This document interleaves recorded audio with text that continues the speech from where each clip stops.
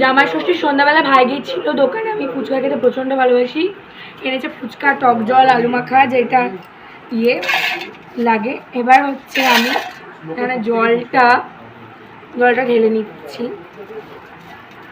ফুচকা খেতে আমার দারুণ লাগে। পাশ থেকে ব্যাকগ্রাউন্ড মিউজিকে যে কথা বলছে প্লিজ প্লিজ ইগনোর। আজ আমার অ্যানিভার্সারি, ফুচকাটা ওই খাওয়াতে পারতো কিন্তু খাওয়ালো না।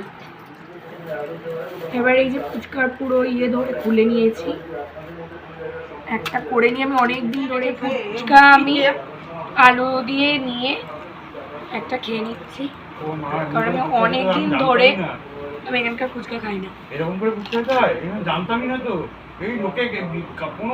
আজকে মা করছে জামাই ষষ্ঠীতে রাতের বেলার মেনু হলো আমাদের লুচি আর বেঁচে যাওয়া মাটন। ওয়াও, লুচিগুলো দারুণ ফুলছে।